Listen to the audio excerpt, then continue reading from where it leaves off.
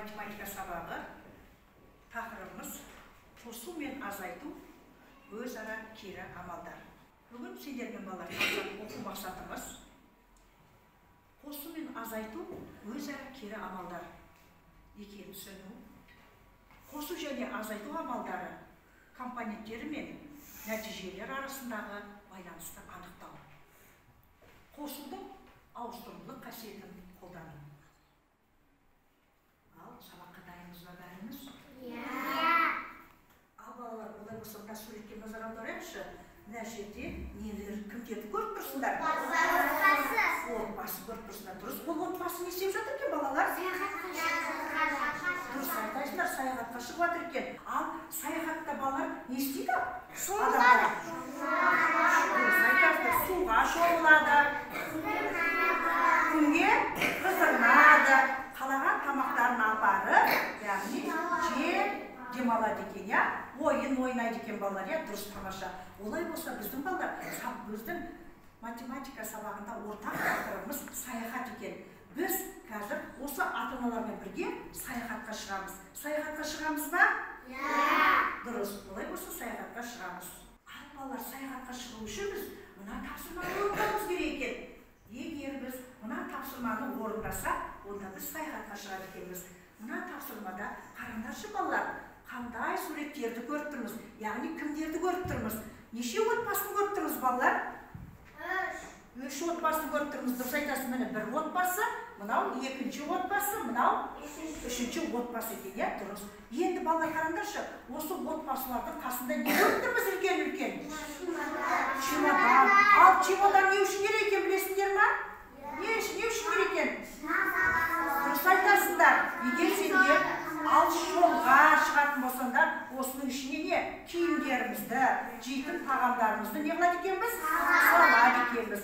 Олай болса, мына суреттен қарап отырсыңдар, мына отбасылар қайда жиналып жатыр екен? Қайда жиналып жатыр екен? Дұрыс айтасыңдар, мына отбасылар саяхатқа шығуға жиналып жатыр екен. Ал енді осы отбасыларға қарап біз санап көрейік. Мына жерде неше үлкен ересек адам бар? Ал санайықшы кәне. 1, 2, 3, 4, 5. Дұрыс айтасыңдар, 5 ересек адам бар екен, я? Дұрыс. Келесі неше бала бар екен? 3. Ал санап көрейік. 1, 2, 3. Дұрыс айтасыңдар, енді барлығы неше адам саяхатқа шығып бар екен? 8. Дұрыс. Балалар, біз мына жерде бәріміз айттық, я? Енді осыны біз өрнек түрінде жазып көрсетейікші. Міне балалар, осыны жаңағы біз саяхатқа шығып баратқан отбасыны өрнек түрінде көрсетеміз. Қараңдар балалар, 5 үлкен ересек адам дедік, 3 бала дедік, жалпы барлығы неше бала болды?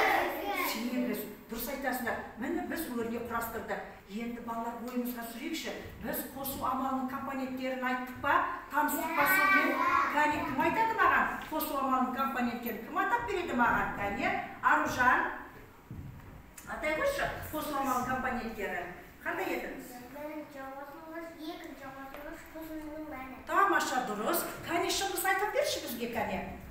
Бірінші қосылғыш, екінші қосылғыш, қосылғының мәні. Дұрыс, өте тамаша. Қосу амалының компоненттерін атадыңдар, я? Енді олай болса, міне жердегі өрнекті сол бойынша оқып көрейік. Балалар, 5 бізде нешінші қосылғыш екен? Бірінші қосылғыш екен, дұрыс. 3 екінші қосылғыш екен. 8 бұлда қосылғының мәні. Дұрыс. Енді балалар, біз бұны 5 пен 3-тің қосындысының мәні 8-ге тең деп оқуымызға болады. Не olmasa 5 қосу 3 мәні 8-ге тең деп оқуымызға болады екен. Демек балалар, қараңдар, бізде үнемі қосу амалымыз балалар азайту амалы арқылы тексеріп отырады екенбіз. Яғни қосу мен азайту бір-біріне кері амал екен. Ал енді кәне біз азайту амалының компоненттерін атап көрейікші кәне. Кім айтады бізге азайту амалының? Ал, айта қойшы. Азайғыш, азайтқыш, айырманың мәні. Тамаша, кәне Нұрлан. Азайтқыш, айырманың мәні. Тамаша. Міне бұл балалар бізде азайту амалының компоненттері екен, я? Дұрыс. Олай болса кәне қараңдар. 8 саны мына жерде не болып тұр балалар? Азайғыш болып тұр, дұрыс айтасыңдар.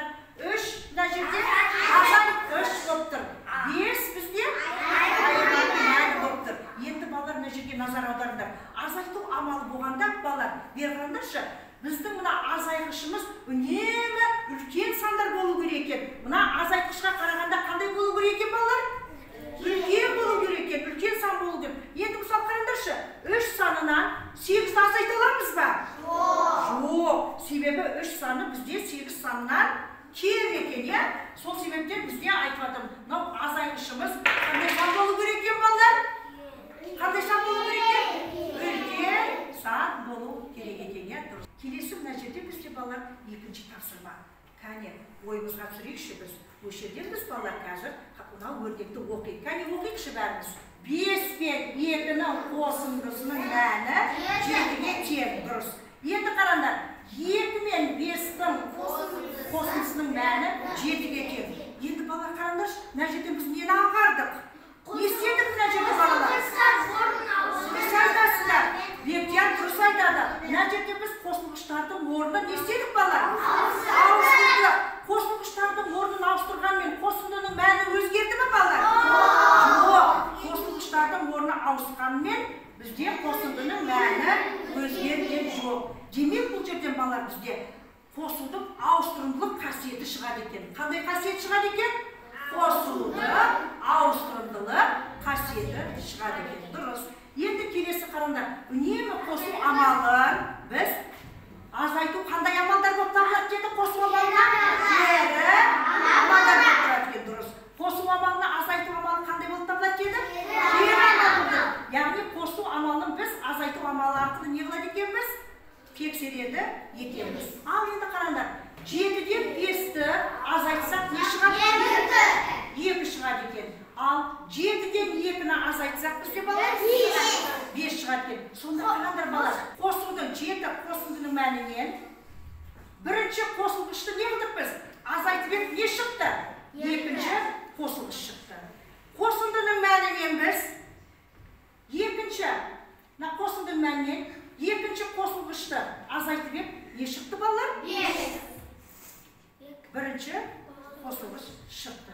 Дұрыс. Көрдіңдер ме? Сонда қосу мен азайту бір-біріне кері амалдар екен. Қосу амалын біз азайту амалы арқылы не қылады екенбіз?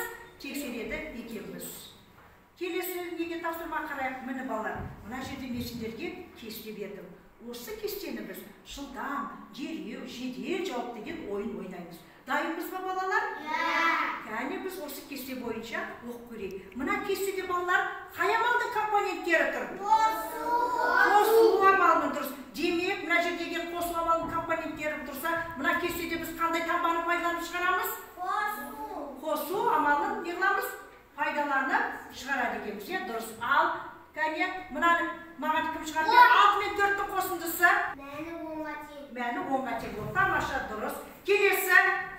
Келесі балалар 20 мен 30-ның қосындысы? 50-ге тең болады. Дұрыс, балалар 50-ге тең болады екен. Дұрыс. Келесі 70 пен 20-ның қосындысы нешеге тең болады екен?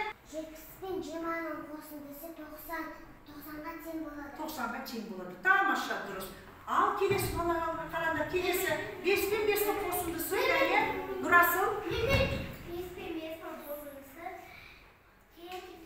10. Яғни 5 пен 5-ның қосындысының мәні нешеге тең болады екен? 10-ға.